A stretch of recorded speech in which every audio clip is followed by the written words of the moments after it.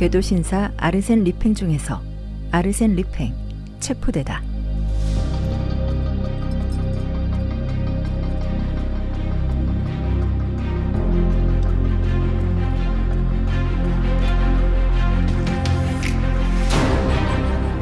모르스 르블랑이 창조한 궤도 아르센 리팽. 셜록 홈즈 시리즈 후반기인 1907년 연재가 시작이 되면서 탐정대 궤도라는 라이벌 구도가 만들어지기도 했죠. 아르센 리팽 시리즈는 총 34년간 장편과 단편 총 60여 편이 연재가 됐는데요. 작가 모르스 르블랑은 극중 리팽의 친구로 등장을 해서 리팽과 대화를 나누기도 해요. 단 작가가 나온다고 해서 전지전능한 작가 시점은 아니고요. 그냥 극중에 등장하는 인물 중 한 명으로 리팽의 친구로서 그의 활약을 감탄하는 역할입니다.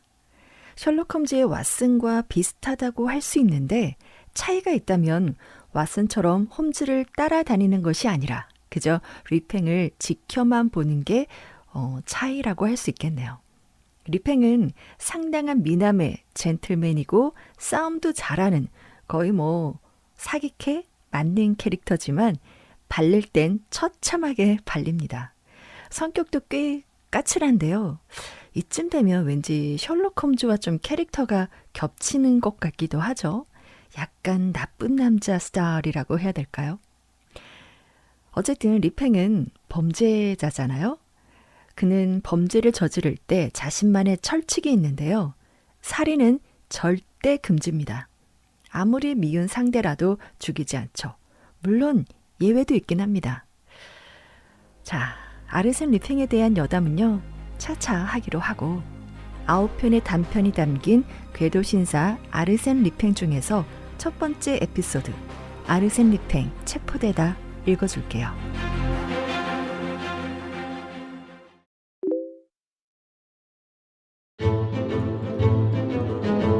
예상 밖의 여행이었다. 그래서 처음엔 꽤 순조로웠는데 이보다 더 느낌 좋은 여행은 없었다. 프로방스호는 대서양을 횡단하는 증기선으로 이 배의 선장은 친절했으며 빠르고 편안한 운항을 지휘했다. 승객들 역시 품격 있는 사람들이었으며 자연스럽게 어울려 즐거운 시간을 보냈다. 마치 세상과 동떨어져 우리만의 세상에 있는 사람들처럼 서로 가까워질 수밖에 없는 분위기였다. 그렇게 우리는 친밀해졌다. 어제까지만 해도 서로 모르던 사람들이 며칠 동안 바다의 격렬한 파도와 맞서 헤쳐나가야 했으니까. 이 사람들 사이에서 얼마나 독특하고 예기치 못한 일이 일어났을까? 마치 인생을 축소해 넣은 듯 인생의 위대함과 비극, 단조로움과 다양함이 뒤섞여 있는 이 짧은 여행의 설레임에 빠지는 것이다. 그런데 지난 몇 년 동안 대서양을 횡단하는 여행자들에게 새로운 흥분거리가 생겼다. 바다 위를 떠다니는 이 작은 섬은 저쪽 세계와 여전히 연결될 수 있었는데 바로 신비한 방법인 무선 전신으로 육지의 소식을 수신할 수 있었던 것이다. 허공을 통해 보이지 않는 메시지가 전달되는 것인데 정말이지 불가사의한 일이 아닐 수 없다. 마치 날개를 단 전령사라도 있는 것처럼 말이다. 때문에 우리는 멀리서 들려오는 목소리에 호의를 받으며 항해하는 기분이었다. 처음엔 2명의 친구가 나에게 소식을 전해왔고 이후 10명, 20명의 사람들이 우리 모두에게 유쾌하거나 쓸쓸한 작별 인사를 보내왔다. 그리고 폭풍우가 몰아치던 둘째 날, 프랑스 해안에서 800km쯤 떨어졌을 때 무선 전신으로 다음과 같은 메시지가 도착했다. 아르센 리팽, 귀선 1등석 승선, 금발머리, 오른쪽 팔뚝에 상처, 혼자 여행 중, 현재 사용 중인 가명은 R... 그 순간 하늘에서 무시무시한 번개가 내리쳐 전파가 중단이 됐고 더 이상의 내용은 알 수 없었다. 아르센 리팽의 가명 첫 글자인 R이라는 이니셜밖에는 알 수 없게 된 것이다. 만약 그 소식이 다른 범죄자에 관한 것이었다면 선장과 경찰, 전신국 직원은 비밀을 지켰을 테지만 우리 모두는 유명한 아르센 르팽이 승객 중에 숨어 있다는 사실을 알게 됐다. 아르센 르팽이 이 배에 타고 있다니. 지난 몇 달 동안 모든 신문을 도배했던 신출귀몰한 그 유명한 궤도가 말이다. 가장 영리하고 노련한 형사, 가니마르와 사투를 벌였던 수수께끼 같은 그 인물이 아니던가. 귀족의 대저택이나 호화 살롱만을 턴다는 괴짜 신사 아르센 르팽은 어느 날 밤 쇼름한 남작의 저택에 침입했다가 빈손으로 나오면서 이런 메모를 한 장 남겼다고 한다. 물건을 진품으로 바꾸면 다시 방문하겠음. 궤도신사 아르센 르팽. 르팽은 변신의 귀재이기도 해서 운전사, 형사, 막건업자, 러시아 의사, 스페인 투우사, 사업가, 젊은이, 노인 등 천의 얼굴을 가진 남자이기도 했다. 그런데 한번 생각을 해보자. 대서양을 횡단하는 제한된 공간의 배 안에 그가 배회하고 있다.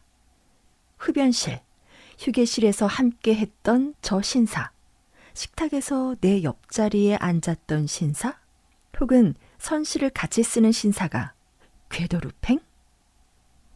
이런 상황이 닷새나 더 지속된다는 건가요? 그건 참을 수 없어요. 어서 그 사람을 체포해요. 전보가 도착한 다음 날 넬리 언더다운 양이 내게 말했다. 당드레지, 당신은 선장과 친하잖아요. 뭐 아는 거 없어요? 넬리 양을 기쁘게 할 만한 정보를 가지고 있다면 얼마나 좋았겠는가. 넬리는 어딜 가나 사람들의 이목을 끄는 매력적인 여인이었는데 그녀는 미인이었을 뿐만 아니라 상당한 재산의 소유자이기도 했다. 그러니 그녀의 주변에는 그녀를 추종하는 사람들로 넘쳐났다. 파리에서 프랑스인 어머니로부터 자라난 그녀는 시카고의 백만장자인 아버지 언더다운을 만나기 위해 그녀의 친구 제를랑 부인과 함께 가는 중이었다. 처음에 나는 그녀를 가볍게 꼬셔볼 요량으로 접근을 했지만 한정된 공간에서 빠르게 친밀감을 쌓다 보니 그녀의 매력에 빠져들게 되어 단순히 추파를 던져보겠다는 생각은 사라져버렸다. 그녀와 눈이라도 마주치면 내 심장은 심하게 난동을 부렸고 게다가 그녀는 나의 관심을 어느 정도 호의적으로 받아들이는 것 같았다. 재치 있는 말을 하면 재밌다는 듯 웃어주고 내 이야기에 관심을 보였으니까. 하지만 내게는 경쟁자가 있었는데 미남의 조용하고 세련된 취향을 가진 젊은이로 그녀는 나의 파리지행의 가벼움보다 그의 과묵함에 더 끌리는 것 같았다. 넬리 양이 내게 질문을 던졌을 때 그 젊은이도 수많은 그녀의 추종자 속에 섞여 있었다. 우리는 가판 위 의자에 편하게 앉아 있었는데 전날 내린 폭우로 하늘이 맑게 개어 상쾌한 날씨였다. 넬리 양, 저도 아는 건 없습니다만 우리도 르팽의 숙적 가니마르 형사처럼 조사해 볼 수 있지 않을까요? 어머, 너무 가볍게 생각하는 거 아닌가요? 안 될 거 있습니까? 이 문제가 그리도 복잡한가요? 그럼요. 아주 복잡하죠. 우리가 문제를 해결할 단서를 쥐고 있다는 걸 잊었습니까? 무슨 단서요? 우선 르팽은 지금 R로 시작되는 이름을 쓰고 있어요. 좀 모호한데요. 두 번째로 그는 혼자 여행 중이죠. 그게 무슨 도움이 되죠? 세 번째로 그는 금발입니다. 그래서요. 그럼 이제 우린 승객 명단을 확인해서 조건에 맞지 않은 사람들을 지워나가면 되는 거죠. 나는 주머니에서 승객 명단을 꺼내 쭉 훑어보며 말했다. 승객 명단에 R로 시작하는 이름을 가진 사람은 13명뿐이로군요. 13명뿐이라고요? 예, 1등칸 승객 중엔 그렇습니다. 그리고 그 13명 중 9명은 여자, 아이, 하인과 동행을 하고 있으니 나머지 4명을 조사해 보면 되겠군요. 먼저 라베르당 후작. 미국 대사 비서관으로 제가 잘 아는 분이에요. 넬리가 내 말을 가로막았다. 로슨 소령. 우리 삼촌이에요. 누군가 말했다. 먼 리볼타. 접니다. 검은 수염이 얼굴 반을 가린 이탈리아인이 소리치자 넬리 양이 웃음을 터뜨리며 말했다. 저분은 금발이 아니시네요. 그렇다면 마지막 남은 사람이 범인이라는 결론이 나오겠군요. 누구죠? 바로 로젠 씨입니다. 로젠 씨를 아는 분 있나요? 아무도 대답하지 않았다. 이때 넬리 양이 그녀 주위를 맴돌아 나를 짜증나게 했던 과묵한 젊은이에게 고개를 돌리며 말했다. 로젠 씨, 왜 대답하지 않는 거예요? 모든 사람의 시선이 그에게 쏠렸고 그는 금발이었다. 솔직히 나는 충격을 받았고 그녀의 질문에 침묵하고 있는 그의 태도에 다른 사람들도 충격을 받은 것 같았다. 그러나 그 의심은 터무니없는 것이었다.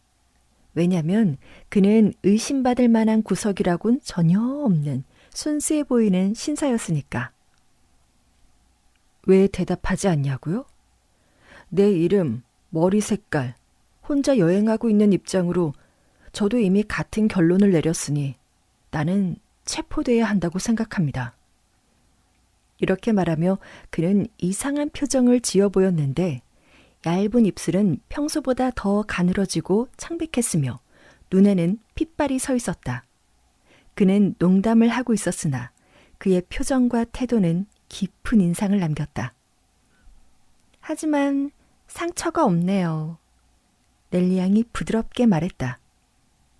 그래요. 상처는 없습니다. 그는 소매를 걷어올려 우리에게 팔을 보여주었다. 그러나 로제는 오른쪽이 아닌 왼팔을 보여준 것이다. 내가 그것을 지적하려는 순간 넬리 양의 친구 제를랑 부인이 달려오는 바람에 우리 모두의 시선은 부인에게 집중됐다. 어머머, 내 보석이랑 진주를 몽땅 훔쳐갔어요. 나중에 알려진 사실이지만 모두 사라진 건 아니고 그중 값나가는 것만 훔쳐갔더랬다.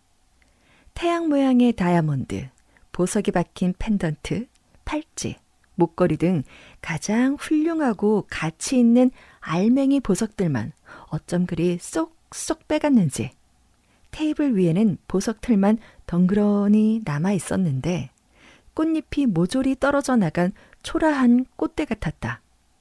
분명 제를랑 부인이 차를 마시고 있던 그 시각 훤한 대낮에 사람들이 자주 드나들던 복도에서 선실문을 강제로 열고 모자 상자 바닥에 숨겨있던 보석을 찾아내 보석만 쏙쏙 골라간 것이었다. 모든 승객들은 같은 결론에 도달했다. 바로 아르센 르팽. 그날 저녁 식사 때 로젠의 양쪽 자리에는 아무도 앉지 않았고 그날 밤 선장이 그를 불러갔다는 소문이 돌았다. 모두들 로젠이 체포됐다고 생각하고 안심하며 한숨을 돌렸다. 그리고 그날 밤 우리는 춤추며 즐거운 시간을 보냈는데 특히 넬리 양은 무척 신나 보여서 로젠에 대한 호감이 사라진 것이리라 확신했다. 나는 그녀의 매력에 점점 빠져들었고 자정 무렵 밝은 달빛 아래서 내 마음을 고백했는데 그녀는 싫지 않은 눈치였다. 하지만 놀랍게도 다음 날 혐의가 충분하지 않다는 이유로 로제는 풀려났다. 그는 자신이 보르도 포도주 상인의 아들이라는 완벽한 서류를 제출했을 뿐 아니라 그의 팔뚝 어디에도 상처 흔적은 없었다. 서류? 출생증명서? 로젠의 적들이 외쳤다. 아르센 리팽이라면 그 정도 서류를 만드는 건 일도 아니지. 상처는 처음부터 없었거나 지웠을 거야. 그러나 보석이 도난당하던 그 시간 로젠이 갑판에서 산책을 하고 있었다는 사실이 밝혀졌다. 그러자 그를 의심하는 사람들은 리팽 정도의 인물이 직접 보석을 훔쳤겠냐고 반감을 드러냈다. 그건 그렇고 이 모든 상황을 제외하더라도 이해되지 않는 건 알자로 시작되는 이름을 가진 금발에 혼자 여행하는 사람이 로젠이 아니라면 전부에서 지목한 사람은 도대체 누구일까? 아침 식사 전 로젠이 대담하게도 우리가 있는 쪽으로 다가오자 넬리앙과 제를랑 부인이 벌떡 일어나 다른 곳으로 가버렸다. 그로부터 1시간이 지났을 무렵 선원들, 승무원, 승객들 사이에서 손으로 쓴 메모가 돌려졌다. 그것은 로젠이 아르센 리팡의 정체를 밝혀내거나 도난당한 보석을 소유한 사람을 발견한 사람에게는 1만 프랑의 현상금을 준다는 내용이었다. 그리고 아무도 도와주지 않는다면 자신이 직접 그를 잡아 폭로하겠다고 선언했다. 그러나 사람들은 아르센 리팽 대 로젠이 아닌 아르센 리팽 대 아르센 리팽의 대결이라고 생각하며 흥미로워했다.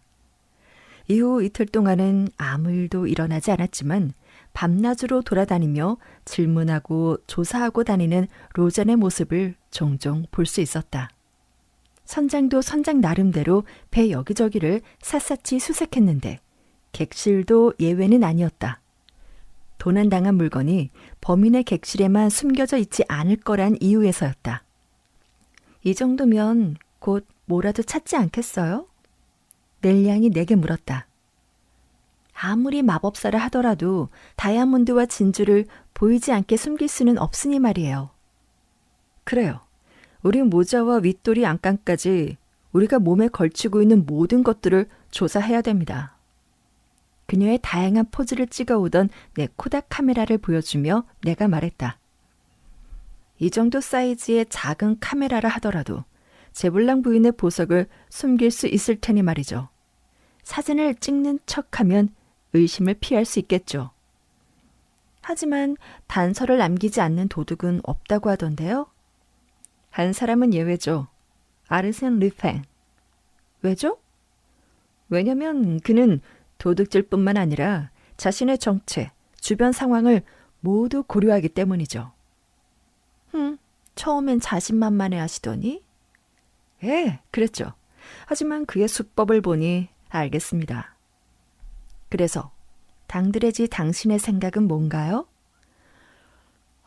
제 생각은 시간만 낭비하고 있는 것 같습니다. 사실 조사는 아무런 성과도 얻지 못했고 그 사이에 선장의 시계까지 도난당한 상태였다. 선장은 분노가 머리 끝까지 차올라 조사에 더욱 열을 올렸고 로젠 주위를 철저히 감시했다. 그러나 다음 날 선장의 시계는 부선장의 셔츠 칼라 속에서 발견이 됐다. 이 사건은 모두를 놀라게 하는 한편 아르센 르팽의 탁월한 유머 감각을 보여주었다. 아르센 르팽은 비록 도둑이었지만 딜레탕트이기도 했다. 도둑질은 그의 직업이자 취미였던 것이다. 마치 자신의 연출한 무대에서 즐기다가 무대 뒤로 가서는 자신의 연출에 박장대소하는 배우 같다고나 할까? 르팽은 확실히 이 분야의 예술가이자 일인자다웠다. 조용하고 우물해 보이는 로젠을 볼 때마다 그가 1인 2역을 하고 있다는 사실에 감탄하지 않을 수 없었다. 다음 날 저녁 근무 중이던 당직자가 갑판 후미진 곳에서 신음소리가 들려 가보았더니 한 남자가 두꺼운 회색 스카프를 머리에 뒤집어 쓰고 손이 묶인 채 쓰러져 있었는데 그는 바로 로젠이었다. 로젠에 따르면 조사를 하던 중에 누군가 자신을 내리쳐 내동댕이 치고는 돈을 빼앗아갔다는 것이다. 그리고 그의 코트에는 핀으로 꽂혀있는 쪽지가 발견됐다. 로젠이 제안한 현상금 1만 프랑을 감사히 받아감. 아르센 르팽. 사실 로젠의 지갑에는 2만 프랑이 들어있었다. 사람들은 이 불쌍한 남자가 자작극을 벌인 거라고 비난했지만 스스로 자신의 손을 묶을 수 없을 뿐더러 쪽지의 필체가 로젠의 글씨체와는 완전히 달랐고 오히려 선내에서 발견된 오래된 신문에 실린 아르센 르팽의 필체와 꼭 닮아 있었다. 따라서 로젠은 아르센 르팽이 아니라 보르도 상인의 아들 로젠이었다. 그렇게 아르센 르팽이 이 배에 존재한다는 사실이 다시 한번 확인된 셈이었다. 이제 승객들은 공포에 사로잡혀 아무도 객실에 혼자 남아있거나 선내 인적이 드문 곳으로 다니려 하지 않았다. 승객들은 낯익은 사람들끼리 무리지어 다녔지만 친한 사이라 하더라도 본능적으로 서로를 불신했다. 이제 모두가 아르센 리팽이 된 셈이었으니까. 이쯤 되니 사람들의 상상력은 리팽이 무한한 능력의 소유자라 믿게 됐는데, 예를 들면 존경받는 로슨 소령이나 고귀한 라베르단 후작으로 변장했을 수도 있고, 심지어 R이라는 이니셜에 상관없이 부인이나 아이, 하인과 동행하는 누구라도 아르센 리팽이 될 수 있다고 생각했다. 미국에서 온 첫 번째 무선으로는 아무런 정보도 알 수 없었고, 선장은 우리에게 어떤 정보도 전해주지 않아서 모두들 불안해했다. 기선 내에서의 여행 마지막 날은 끝날 것 같지 않았고, 모두들 또다시 불행한 일이 일어나지는 않을지 두려움에 사로잡혔다. 이번엔 단순한 절도나 폭력이 아닌 살인이 될 수도 있었으니까 아르센 리팽이 고작 사소한 2번의 범죄로 만족할 것 같지 않았다. 당국에 아무런 힘을 발휘할 수 없는 이 배 안에서 그는 절대 권력자이자 그가 원하는 것은 뭐든 손에 넣을 수 있었다. 우리의 생명과 재산까지도. 하지만 솔직히 말하자면 내게는 아주 즐거운 시간이었다. 왜냐면 넬리 양이 나를 믿고 의지했기 때문이다. 안 그래도 예민한 성격의 소유자인 넬리 양은 연이어 일어난 놀라운 사건들로 극도로 예민해져서는 자발적으로 내 옆으로 파고들어 보호받고자 했으며, 나는 그녀를 보호해줄 수 있어 행복했다. 속으로는 리팽에게 절이라도 하고 싶을 정도였다. 우리 2 사람을 가깝게 만들어준 게 바로 리팽이었으니까. 그 덕분에 이토록 달콤한 꿈을 맛볼 수 있던 게 아니던가. 고백하자면 사랑을 얻고 싶은 마음도 있지만 현실적인 욕망도 있었다. 당드레지 가문은 푸아트 지방에서 명문가로 알려졌지만 지금은 다소 빛바랜 가문이 된 게 사실이다. 하지만 옛 가문의 영광을 되찾고자 하는 것이 부끄러운 일은 아니지 않은가? 넬리 양이 나를 바라보는 눈빛은 내 욕망을 실천하라고 부추기는 것 같았고, 그녀의 부드러운 음성은 나에게 희망을 가지라고 말해주는 듯했다. 우리가 미국 해안에 접근했을 때 수색은 중단된 상태였고, 우리는 수수께끼 인물이 누구인지 밝혀지기를 애타게 기다리고 있었다. 아르센 르팽은 누구였을까? 그는 누구의 이름으로 자신을 숨기고 있는 걸까? 마침내 운명의 순간이 다가왔다. 내가 100년을 더 산다고 하더라도 그날의 사소한 부분까지 절대 잊지 못할 것이다. 넬리 양, 얼굴이 몹시 창백해 보이는데요? 힘없이 내 팔에 기대 있는 그녀에게 말했다. 당신도 처음 봤을 때보다 많이 변했어요. 그녀가 말했다. 당신과 함께 있는 지금 이 순간이 나에겐 평생 잊지 못할 순간이 될 것 같아요. 당신도 이 순간을 가끔 생각해 주시겠죠? 하지만 그녀는 너무 지쳤는지 내 말을 듣고 있는 것 같지 않았다. 이윽고 배에서 트랩이 내려지자 우리가 건너갈 틈도 없이 세관원들과 제복 입은 사람들이 배에 올라탔다. 그 광경을 바라보며 넬리 양이 중얼거렸다. 아르센 리팽이 항해 중에 배에서 탈출했다고 해도 그리 놀랄 일은 아닐 거예요. 그는 불명예보다는 죽음을 선택할 위인이니 체포되기보다는 대서양으로 뛰어드는 걸 선택했을 겁니다. 웃기지 마세요. 그녀가 말했다. 그 순간 내가 멈칫하자 그녀가 깜짝 놀란 이유를 물었다. 저기 트랩에 서 있는 작은 노인 보이죠? 우산을 든 올리브 그린 코트 입은 사람 말인가요? 바로 가니 말입니다. 가르마니? 네, 아르센 리팽을 반드시 자신이 잡겠다고 맹세한 유명한 형사죠. 아, 미국에서 아무런 정보도 보내오지 않은 이유를 이제야 알 것 같네요.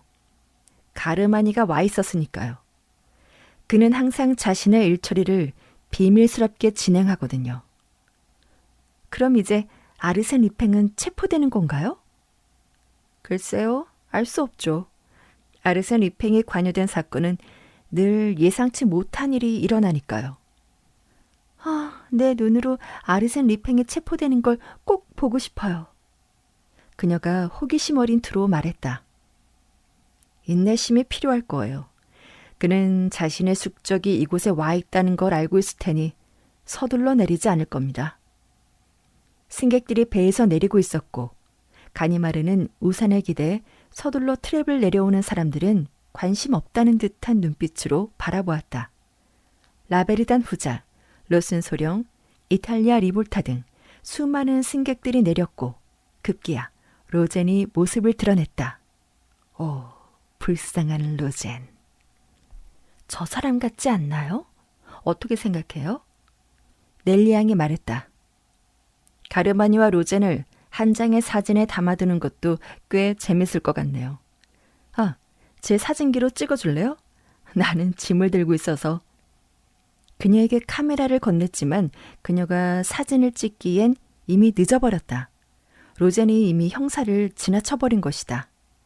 가르마니 뒤에 서 있던 미군 장교가 몸을 앞으로 내밀며 그의 귀에 대고 속삭였으나 프랑스 형사는 그저 어깨를 으쓱할 뿐 로젠은 아무렇지 않게 지나갔다. 그렇다면 도대체 아르센 리팽은 누구란 말인가? 정말 누굴까요? 넬리 양이 큰 소리로 말했다. 이제 배에는 20명 남짓한 사람들만 남아있었다. 그녀는 아르센 리팽이 누구일지 불안한 마음으로 한 명 한 명 살펴보았다. 이제 우리도 내려갈까요? 내가 말하자 넬리 양이 트랩 쪽으로 걷기 시작했고 나는 뒤따랐다. 그런데 우리가 10발자국도 채 걷기 전에 가니마르가 우리를 막아섰다. 뭡니까? 내가 물었다. 잠시만 기다려 주시죠. 뭘 그리 급하게 갑니까? 저는 이 숙녀분을 에스코트하고 있습니다. 잠깐 기다리시죠. 그는 권위적인 투로 내 눈을 바라보며 말했다. 아르센 리팽 아니요.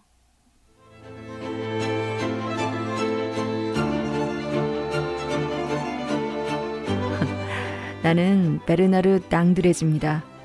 내가 웃으며 대답했다. 베르나르 단디레즈는 3년 전 마케도니아에서 사망했습니다. 베르나르 단디레즈가 죽었다면 난 이 세상 사람이 아니겠군요. 하지만 이렇게 멀쩡히 살아있습니다. 여기 제 서류를 보여드리죠. 물론 당드레즈 서류가 맞소. 어떻게 당신이 이걸 손에 넣었는지 내가 말해드리지. 당신 바보로군요. 내가 소리쳤다. 아르센 리팽은 알이라는 가명으로 이 배에 탔단 말입니다. 그 역시 당신의 속임수 중 하나 아닌가. 그렇게 모두에게 정체를 속이는 거지. 정말 놀라운 실력이었지만 이번엔 운이 없었군 그래.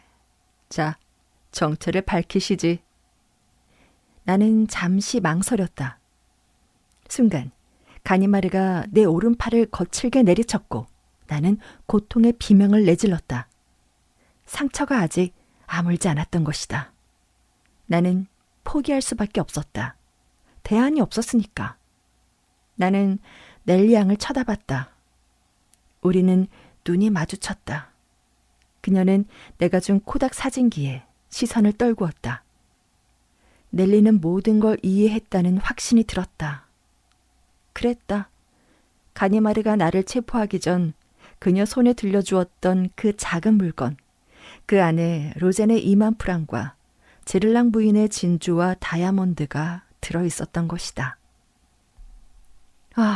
맹세하건대 이 엄숙한 순간 가니마르와 수하들이 나를 둘러싸고 이제 정말 체포된 게 확실한 순간에도 나는 이런 상황 따위는 안중에도 없었다. 다만 넬리 양의 선택이 중요했다. 그녀가 내가 건네준 물건들을 어떻게 처리할지 말이다. 내가 저지른 일에 대해 결정적인 증거물이 없는 지금 넬리 양이 그 증거를 형사에게 넘길 것인가? 그녀가 나를 배신할 것인가? 그녀는 나를 용서할 수 없는 적으로 대할 것인가? 아니면 동정심으로 경멸을 누그러뜨리고 호의를 베풀 것인가? 그녀는 내 앞을 지나갔다. 아무 말도 하지 않고 고개를 숙인 채 다른 승객들과 섞여 내 코닥 카메라를 손에 들고 트랩 쪽으로 걸어갔다. 하긴 그녀는 공개적으로 나서지는 않을 것이다. 하지만 1시간쯤 후에 아무도 없는 곳에서 증거물을 넘기겠지. 그런데 그녀가 어색한 동작으로 다리를 건너는가 싶더니 배와 부두 사이 물속으로 카메라를 빠뜨렸다. 그리고 나서 그녀는 트랩을 건너갔고 군중 속으로 빠르게 사라져버렸다. 그렇게 그녀는 내 삶에서 영영 사라져버린 것이다. 나는 잠시 꼼짝도 않고 서 있었다. 그러다 가니마르가 깜짝 놀랄 정도로 한숨을 내뱉으며 말했다.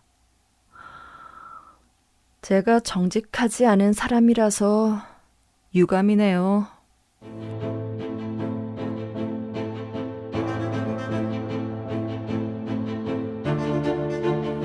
어느 겨울밤, 아르센 리팽이 내게 들려준 자신의 체포담이다.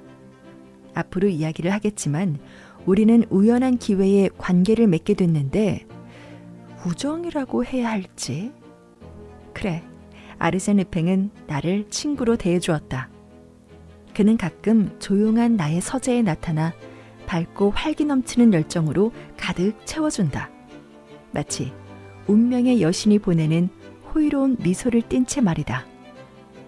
그의 생김새가 어떠냐고?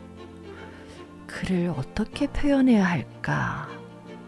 나는 그를 20번 넘게 봤지만 그때마다 다른 사람을 보는 것 같았다. 그 자신도 한 번은 내게 이렇게 말했다. 난 더 이상 내가 누군지 모르겠어. 거울을 봐도 내 모습을 알아보지 못할 정도야. 물론 농담이었겠지만 그의 얼굴 윤곽은 물론 이목구비 비율까지 바꾸는 천재적인 변장술과 연기력의 비밀을 알지 못하는 사람이라면 그의 말을 믿을 수밖에 없을 것이다. 확실히 그는 훌륭한 배우였고 자신을 위장하는 놀라운 능력을 가지고 있다. 왜 같은 모습을 유지해야 하지? 왜 매번 똑같은 인물로 살아야 하는 위험을 감수해야 하냐고. 내 행동만으로도 나라는 걸 알 수 있는데 말이지. 그리고 나서 그는 약간의 자부심을 가지고 덧붙였다. 이 사람이 아르센 리팽이라고 아무도 단언할 수 없다면 더 좋지. 이건 아르센 리팽만이 가능한 일이라고 확신하는 거야. 나는 그가 저지른 일들을 여기에 기록하고자 한다. 어느 겨울밤 내 서재를 찾아와 리팽이 직접 들려주었던 그의 모험담을 말이다.